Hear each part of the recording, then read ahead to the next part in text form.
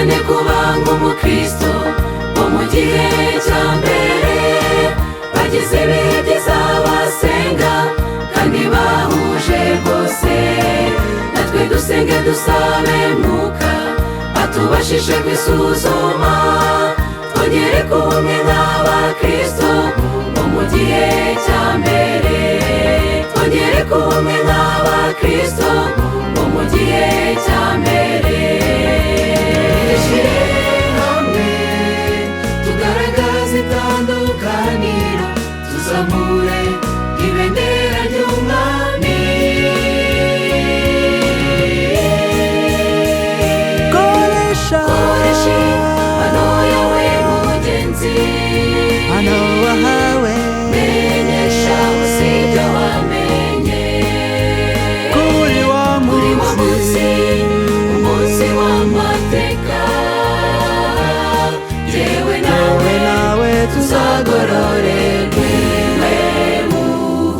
buhungiro, niwe buhungiro. Mu bigerageza byose ahora anyitayeho, niwe rumuri rw'ibirenge byanjye. Mana duhe kuzuza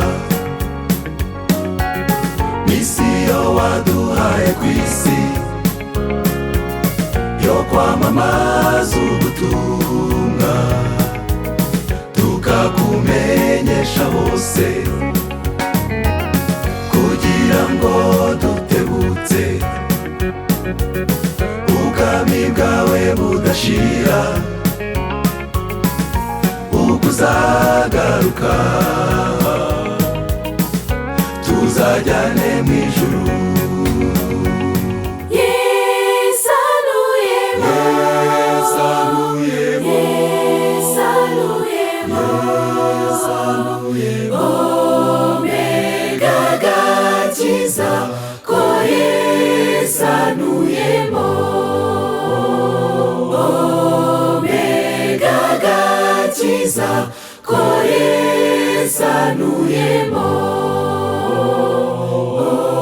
Omega gakiza ko yesanuyemo. Natangiye urugendo ariko hari inshuti tugendana,